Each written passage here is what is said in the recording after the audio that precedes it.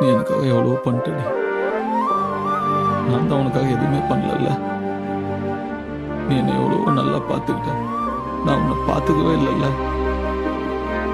உன் வேலை என்ன, நீ எப்படி இருக்க, உன் சந்தோஷம் என்ன, உன் பிரச்சனை என்ன, உன் லவ் லைஃப் என்ன, இது எதுவுமே நான் கேட்கவே இல்லைல்ல.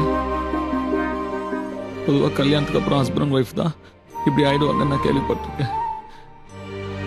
ஆனா நம்ம ரொம்ப வருஷமாவே ஹஸ்பண்ட் ஒய்ஃபா தான் இருக்கோம்னு எனக்கு புரியவே இல்லடி.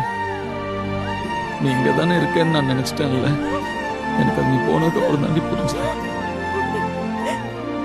உனக்காக நான் இங்க வர்றது தாண்டி கரெக்ட். நீ ஒண்ணுமே பண்ண வேணாம், இனிமே நான் உன்னை பாத்துக்கிறேன்.